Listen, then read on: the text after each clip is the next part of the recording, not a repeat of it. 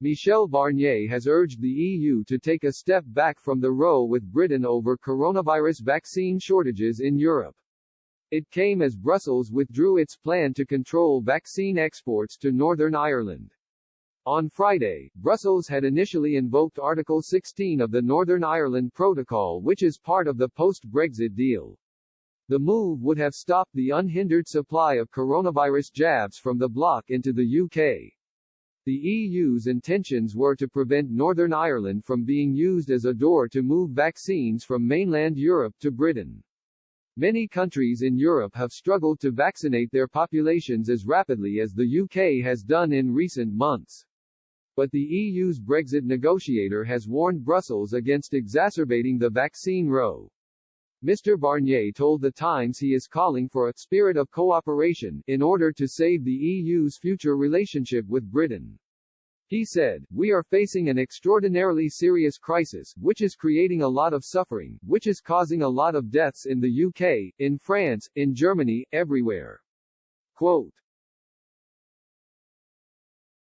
"And I believe that we must face this crisis with responsibility, certainly not with the spirit of one-upmanship or unhealthy competition." Mr. Barnier added, "I recommend preserving the spirit of cooperation between us. This is the substance of my message today, because we are unfortunately going to have many chances in the coming years to show solidarity reciprocally in the fight against terrorism, climate change, financial crises, disasters."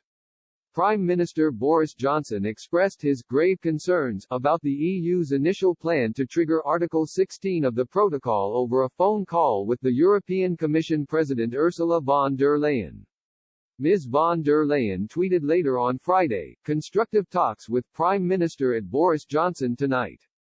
We agreed on the principle that there should not be restrictions on the export of vaccines by companies where they are fulfilling contractual responsibilities." UK politicians criticised the EU over its intention to affect the Northern Ireland Protocol and claimed the move would create a hard border with the Republic of Ireland. In a statement, the European Commission said, to tackle the current lack of transparency of vaccine exports outside the EU, the Commission is putting in place a measure requiring that such exports are subject to an authorization by member states. In the process of finalization of this measure, the Commission will ensure that the Northern Ireland Protocol is unaffected.